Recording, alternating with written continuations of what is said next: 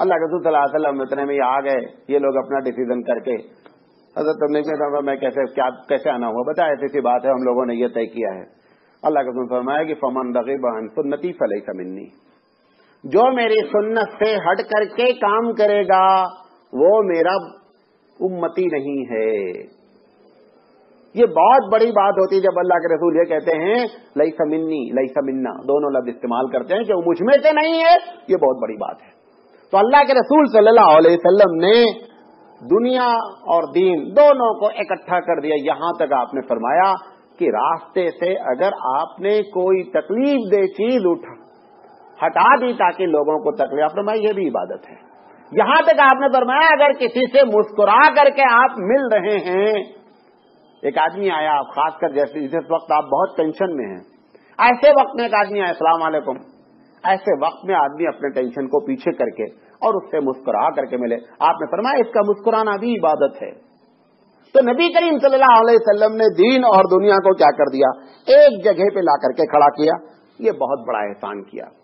چوتھی چیز، اللہ کے رسول صلی اللہ علیہ وسلم نے جو قانون اللہ کے اشارے سے ہم تک پہنچایا، اس میں بڑی بڑی رحمتیں، آپ حیرت کریں گے۔ مطلب شراب کا معاملہ ہے، جس وقت شراب کی حرمت آئی ہے پوری دنیا میں کہیں قانون نہیں تھا کہ شراب حرام ہے،